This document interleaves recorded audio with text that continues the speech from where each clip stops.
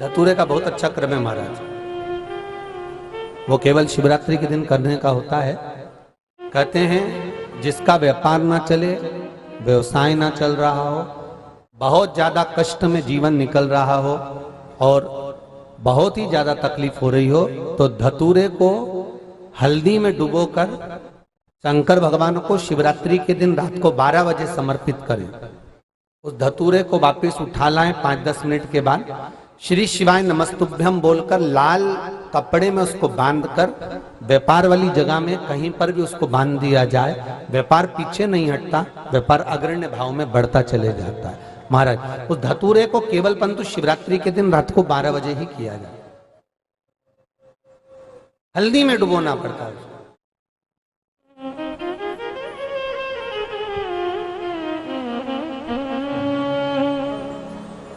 यही प्रमाण एक क्रम में और है महाराज जी। लिंग पुराण कहती है, मान लो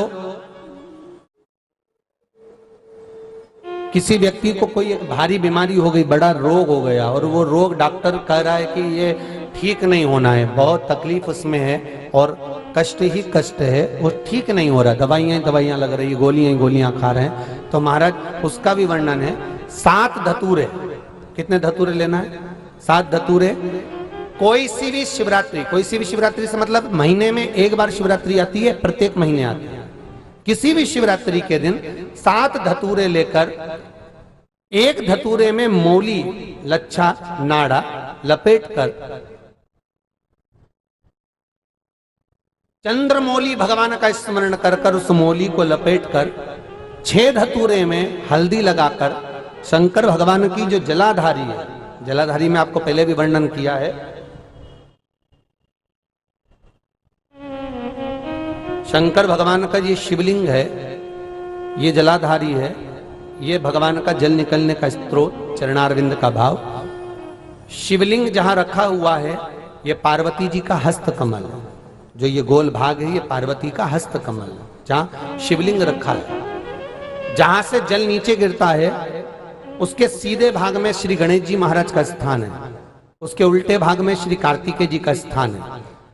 जलाधारी के सामने एक मोटी सी लाइन होती है, कहीं सांप बना होता है, कहीं स्थान बना होता है। जो मोटी सी लाइन है ये शंकर भगवान की सबसे छोटी लड़की अशोक सुंदरी का स्थान है। जलाधारी के ऊपर जो 3 टेकी लगी है ये भृगु ऋषि का, भृंगी गण का स्थान है। इसके ऊपर जो कलश है, कलश में जो पानी भरा जाता है वो पानी जो बूंद बूंद नीचे गिरता है ये शंकर भगवान की 5 लड़कियों का स्थान है। जया, विषहरा, सामरीबारी, धोतली और देव, ये 5 लड़कियों का स्थान है। शंकर भगवान का संपूर्ण परिवार शिवलिंग के सामने से जहां से जल चालू होता है गिरने के लिए नीचे की ओर जब जल जाता है उस स्थान पर भगवान शंकर के सारे गणों का स्थान है। फिर जब जल बहकर सामने की ओर जाता है, जितनी दूर तक जल जाता है उतनी दूर तक भगवान शंकर के उस जल भाग को ग्रहण करने के लिए 33 कोटि देवताओं का स्थान है। इसलिए उस जल को हम लांघते नहीं है, क्योंकि वहां 33 कोटि देवता विराजमान रहते हैं महाराज। तो जो बीमारी डॉक्टर ने बता दी और बहुत बड़ा रोग हो गया और शरीर में कष्ट है, ठीक नहीं हो रहा, चाहे लीवर से जुड़ा हो, चाहे किडनी से जुड़ा हो, चाहे कैंसर से जुड़ा हो, और मान लो शरीर में कहीं गांठ भी हो गई है और वो मिटी नहीं रही हो, तो महाराज निवेदन है 7 धतूरे, एक धतूरे पर मौली लपेटकर वो शंकर जी के शिवलिंग के ऊपर चढ़ाना।